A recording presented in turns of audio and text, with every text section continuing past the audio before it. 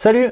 Aujourd'hui, on va pas parler de choses techniques, on va plutôt parler de mindset, d'entrepreneuriat, et on va parler de YouTube et des livres, à savoir, est-ce que YouTube est en train de remplacer les livres?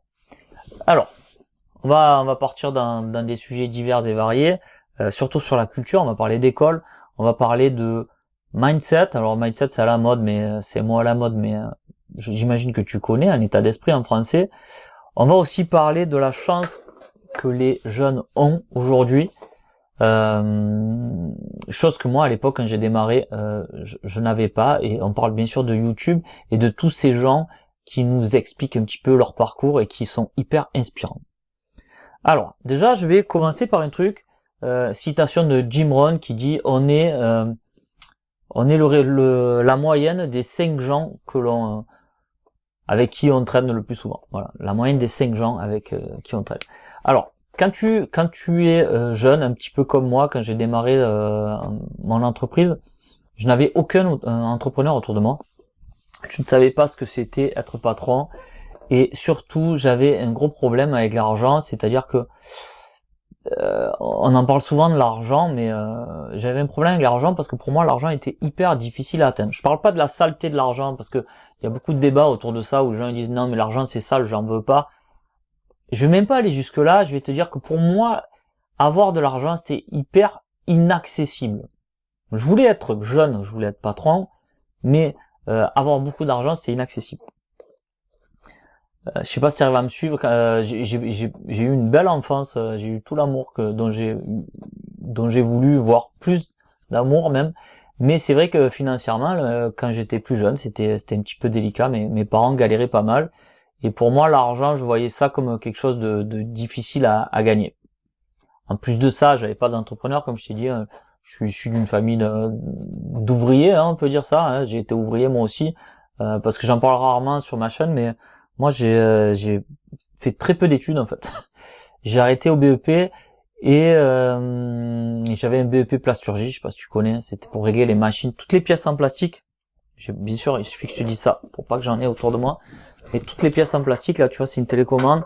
Et voilà, mon job, c'était d'injecter en plastique cette coque-là, et de régler la machine, pour faire ça. J'ai appris ça à l'école. Ça aussi, l'école, c'est super pour t'orienter, parce que à la base, on m'avait dit que je ferais du design pour des motos, et je me suis retrouvé à produire ça, là. J'avais des grosses presses immenses, et je réglais petit à petit la chaleur du plastique, à injecter, etc. Bon, on fait un pur bonheur. Donc ouais, j'ai démarré comme ça, en fait. Et après, je suis reparti à l'école pour me former pendant 6 mois, je crois, au métier de graphiste, et après, j'ai trouvé un boulot, et après, je me suis lancé à mon compte, etc. La suite, tu dois la connaître si tu suis un petit peu. Ce que je veux te dire, c'est que si la chance que vous avez là, les jeunes d'aujourd'hui, c'est que YouTube te donne l'inspiration. On voit plein d'exemples, et on voit plein d'exemples de réussite, et c'est hyper inspirant. Moi, quand j'ai démarré justement, c'est pour ça que j'en viens aux livres. Il y avait les livres, il y avait très peu de livres. Je crois que le premier livre que j'avais acheté, qui m'avait complètement fait halluciner, c'est Réfléchissez et devenez riche de Napoléon Hill, qui est un classique, qui pour moi était le premier livre de dev perso que j'ai lu, et quand je le relis, ça me fait presque sourire parce que ça a tellement évolué dans ma tête depuis. Mais j'ai commencé avec ça. On n'avait pas grand chose à se mettre sous la dent. Je me rappelle, c'était les débuts d'Amazon c'était les débuts d'Amazon quand j'ai commencé à lire. Et je cherchais plein de livres de développement personnel, et il y avait pas grand chose, quoi. Et c'est grâce à ces livres-là que tu fais sauter un petit peu tes paradigmes, tes pensées limitantes, comme on dit, en dev perso. J'espère que je te perds pas. Mais tu vois ce que je t'expliquais tout à l'heure à propos de l'argent, que moi je savais pas comment faire de l'argent, et j'avais une peur à travers cet argent. Pour te donner un exemple, mes premières factures que j'ai fait en tant que graphiste, je facturais, je facturais 1 heure, j'en passais 4. Et quand je demandais 60 € à un client, pour moi c'était pas possible, quoi. C'était beaucoup trop cher. Alors qu'aujourd'hui, si je devais facturer, je facturerais facilement 400-500 €. Tout ça parce que moi j'avais pas eu cette éducation de l'entrepreneur, du prix, de ne pas avoir honte à facturer les prestations au prix où elles devraient être facturées, etc. Donc, pour en revenir au sujet, parce que comme je t'ai dit, je partirai un petit peu dans tous les sens, mais pour en revenir au sujet, est-ce que YouTube va remplacer les livres? Je pense que oui, oui et non. Parce que YouTube ne peut pas vivre sans les livres, et les livres ont encore, je pense, de bonnes années devant eux.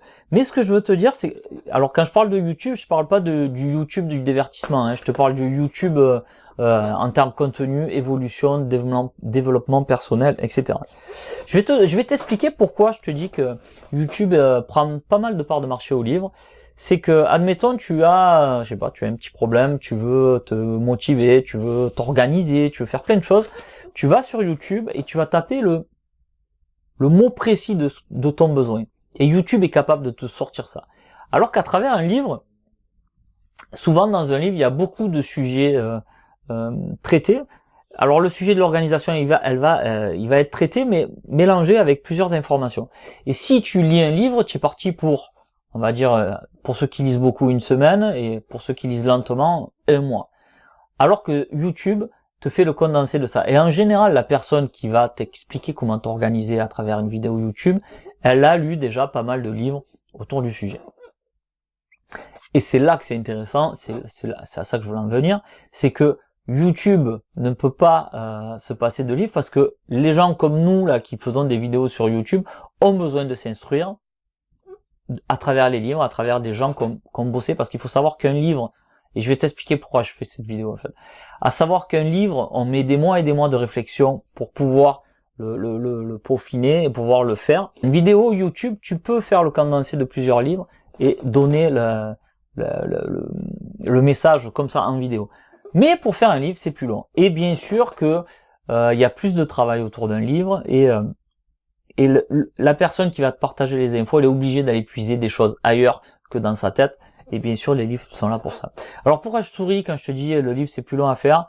C'est parce que cette année j'ai décidé de de me lancer dans un vieux rêve qui est d'écrire un livre. Alors je sais pas encore de quoi ça va parler. Est-ce que ça va parler du e-commerce, de l'organisation, de l'entrepreneuriat, du dev perso? J'ai franchement pas comment dirais-je, la prétention de pouvoir faire du dev perso à travers un livre.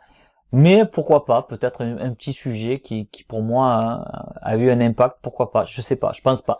Mais voilà, je me suis donné comme défi personnel, parce que tu sais que je donne des défis e-commerce, mais là on sort un petit peu du e-commerce, et ouais, voilà. En tant que homme, j'ai envie de me réaliser à travers un livre, et c'est ce que je vais essayer de faire. Voilà, donc je te fais pas l'autopromotion de mon livre parce qu'il n'est pas encore créé, mais c'était juste en passant. C'était une réflexion, ça fait plusieurs fois que je me dis YouTube, les livres, il faut que je sorte un petit peu, que je t'explique ce que j'en pense. Je sais pas ce que tu en penses toi. Est-ce que pour toi YouTube ça remplace les livres?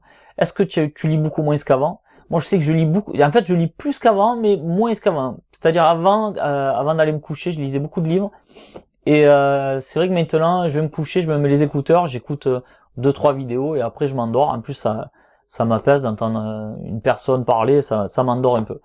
Mais bizarrement, les livres, j'en lis plus parce que j'ai plus de temps dans la journée et c'est vrai que j'essaie de lire à peu près une heure par jour, les après-midi principalement. Voilà, c'était une vidéo comme ça. Partage-moi, toi, dis-moi un petit peu ce que tu en penses. Et si tu as des idées de livres pour que je puisse écrire un sujet qui t'intéresserait, ben surtout tu n'hésites pas, tu laisses tout ça en commentaire. Allez, sur ce, je vais te souhaiter une bonne journée. Je vais te souhaiter de bonnes ventes. Bye bye.